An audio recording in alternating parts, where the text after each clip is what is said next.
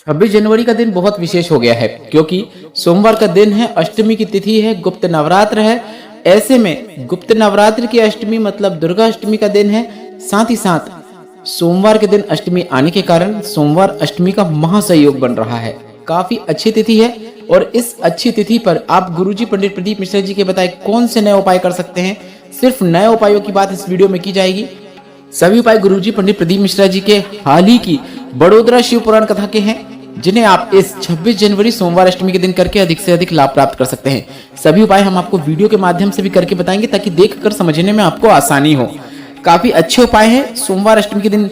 इन उपायों में से एक उपाय भी अगर आप कर देते हैं तो आप जिस उद्देश्य को मन में रखते हुए वह उपाय कर रहे हैं, जिस उद्देश्य को पूर्ति के लिए वह उपाय किया जाता है, वह उद्देश्य आपका निश्चित पूर्ण हो जाता है। साथ ही यह हमारा सोमवार अष्टमी के उपायों का पार्ट 1 है। अगर आप और ऐसे ही पार्ट देखना चाहते हैं तो कमेंट बॉक्स में आप पार्ट 2 या पार्ट 3 जरूर टाइप करें ताकि हम आने वाले दिन मतलब 24, 25 और 26 जनवरी तक 3 पार्ट और आप तक पहुंचा सकें, ताकि लगभग 20 से 21 उपाय आप तक पहुंच सकें।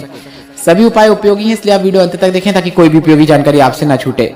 अभी हाल ही की पूर्ण हुई बड़ोदरा शिव पुराण कथा में गुरुजी पंडित प्रदीप मिश्रा जी ने एक बिल्कुल नए उपाय की जानकारी देते हुए कहा था, अगर कोई अड़चन आ रही है, समस्या जीवन में आ रही है, उसका कोई हल होता हुआ आपको नजर नहीं आ रहा है, तो आपको एक दूर्वा लेना है, भोलेनाथ के शिवलिंग पर आपको इसे अर्पित कर देना है। अड़चनें दूर होना शुरू हो जाती हैं।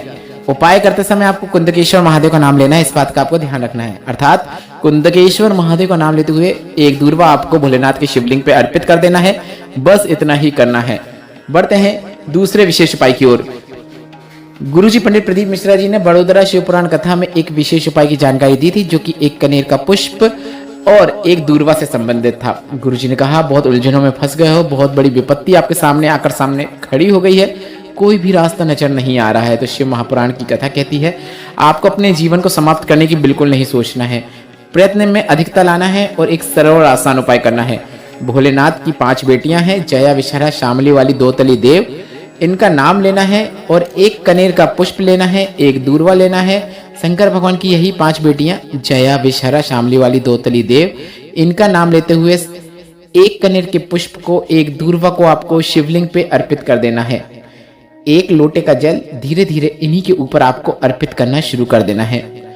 कितनी ही उलझनों में क्यों ना फंसे हों, उलझनों से बाहर निकालने का कार्य भोलेनाथ करना शुरू कर देते हैं। बस आपको प्रयत्न में अधिकता लाना है, मेहनत करना है, उसके साथ ही साथ आपको यह सरल और आसान उपाय करना है। गुरुजी ने यहाँ तक कहा है 4 घंटे भी नहीं लगेंगे, देवाधिदेव महादेव आपको व्याधियों से निकालना प्रारंभ कर देते हैं। बढ़ते हैं तीसरे विशेष उपाय की ओर, जो कि शरणानंद कार्तिकेय भगवान से संबंधित है, जो कि बड़ोदरा शिव पुराण कथा के अंतिम दिन गुरुजी ने बताया था। अगर आप कोई फैसला नहीं ले पा रहे हैं, मतलब यह व्यापार मेरे लिए सही है या नहीं, या फिर व्यापार में कुछ बदलाव करूं या नहीं, ऐसा फैसला नहीं ले पा रहे हैं। कोई रिश्ता आया है शादी के लिए, वह सही है या नहीं, उसमें आगे बात करना चाहिए या नहीं, यह फैसला नहीं ले पा रहे हैं। कोई नौकरी या इंटरव्यू के लिए जा रहे हैं, उसमें होगा या नहीं, यह दुविधा में है। या फिर कोई प्लॉट ले रहे हैं या फिर मकान बनवाने वाले हैं, उसमें दुविधा में है। सभी प्रकार की दुविधाओं का अंत होगा इस उपाय को करने से। आपको निर्णय आप जो लेंगे वह ऐसा लेंगे जिसमें आपको सफलता देखने को मिलेगी। 6 मुखी शरण कार्तिकेय भगवान होते हैं, भोलेनाथ के मंदिर में होते हैं, उनके समीप जाना है। समीप जाने के बाद आपको 4 सफेद पुष्प और 4 चावल के दाने उनके सामने रख देना है। श्री शिवाय नमस्तुभ्यम बोलते हुए नमः शिवाय या फिर ओम नमः शिवाय, जिस भी मंत्र का उच्चारण कर सकते हैं उस मंत्र का उच्चारण करते हुए आपको वह 4 सफेद के पुष्प, 4 चावल के दाने शरणानंद कार्तिकेय भगवान के सामने अर्पित कर देना है। बस इतना ही करना है। इसके बाद आप जो फैसला लेंगे सही लेंगे, भोलेनाथ की कृपा से लेंगे और आपको उसमें उन्नति और सफलता देखने को मिलेगी। निर्णय आपका गलत नहीं हो सकता।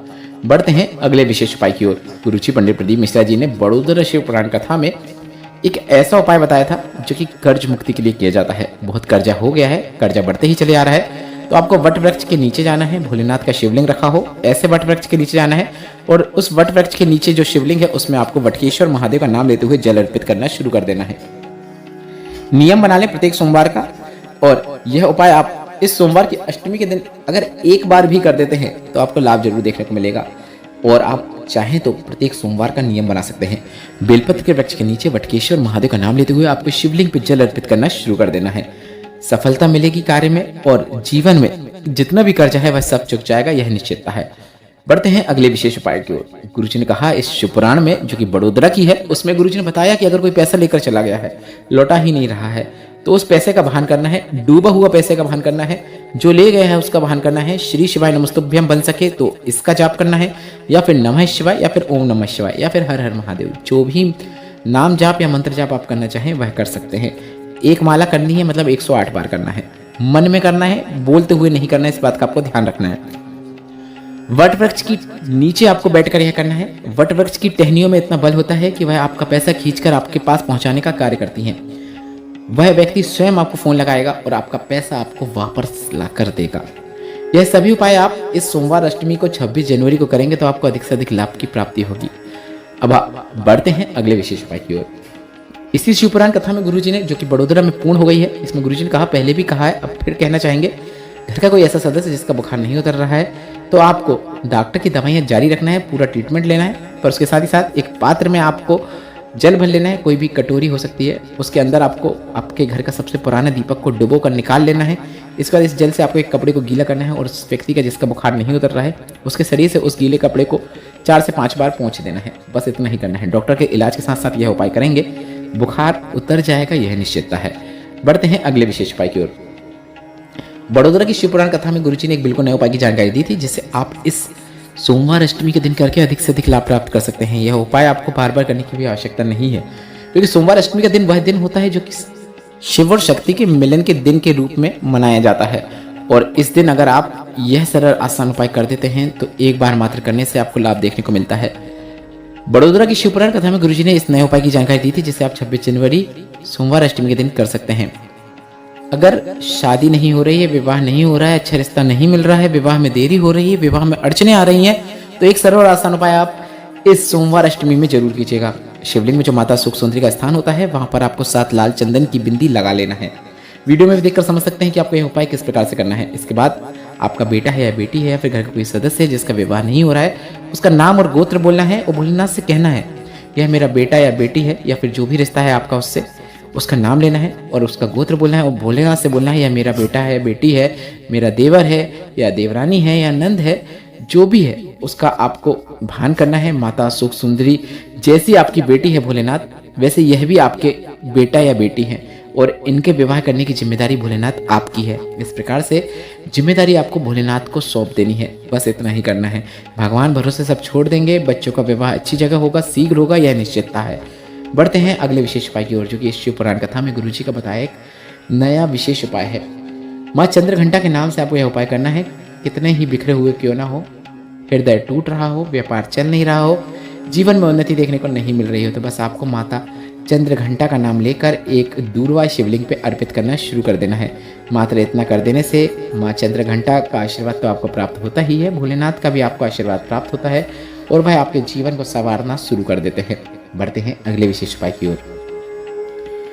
शिवपुराण कथा जो कि बड़ोदरा में हुई, उसमें गुरुजी ने कहा, तुम्हारा काम नहीं चल रहा है, व्यापार नहीं चल रहा है, बहुत टेंशन में जिंदगी है, कहीं पर भी ना मान मिल रहा है ना सम्मान मिल रहा है, जगह जगह की ठोकर खाकर परेशान हो गए हो, तो श्री शिवाय नमस्तुभ्यम बोलकर अपना नाम और गोत्र बोलकर उत्तरमुखी होकर बैठना है, शिवलिंग के समीप बैठना है। एक बेलपत्र, एक कनेर का पुष्प, एक दूर्वा, एक चावल का दाना। चावल का दाना वो होना चाहिए जो कि लाल चंदन से लाल किया हो। प्रत्येक सोमवार को प्रदोष काल में, मतलब इस 26 जनवरी के शाम के समय प्रदोष काल में आपको एक घी का दीपक लगाकर यह सभी चीज़ें, एक बेलपत्र, एक कनेर का पुष्प, एक दूर्वा, एक चावल का दाना जो कि लाल चंदन से लाल किया हुआ है, सभी चीज़ों को शिवलिंग के ऊपर दीपक प्रज्वलित करने के बाद अर्पित कर देना है। मात्र इतना कर देने से भोलेनाथ तुम्हारा हाथ पकड़ लेते हैं और परेशानियों से बाहर निकाल देते हैं। इस वीडियो में बताई गई जितनी भी जानकारियाँ हैं, अगर आपको उपयोगी लगी है तो इस वीडियो को लाइक जरूर करें और ऐसे ही वीडियो को देखने के लिए चैनल को फॉलो या सब्सक्राइब करना ना भूलें। श्री शिवाय नमस्तुभ्यम। हर हर महादेव।